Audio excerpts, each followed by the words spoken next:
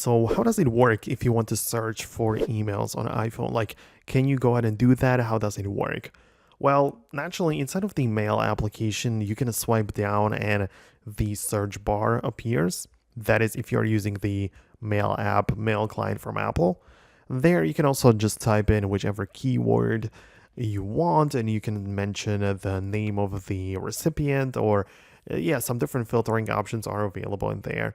And essentially, the short answer is, of course, yes, you can search, but it's not as detailed as some other third-party mail clients have it.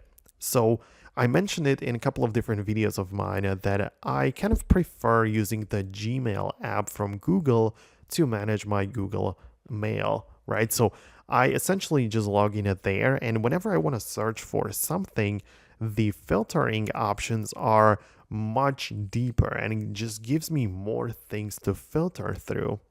For me, the most important one is the date, because inside of the mail client from Apple, well, we don't really have anything like that. You cannot really find and filter older from newer messages. Inside here, you get to pick a time frame like the last week, but you also get to pick something specific if you wish, like literally just open up the calendar view and set a specific time period during which you want to find the emails. You can include attachments, even choose which type of attachment is supposed to be part of that message. Just type in keywords, literally pick the recipient or the sender of that email. So many different things which you can use and apply to the search. As I said, this is only available in that app.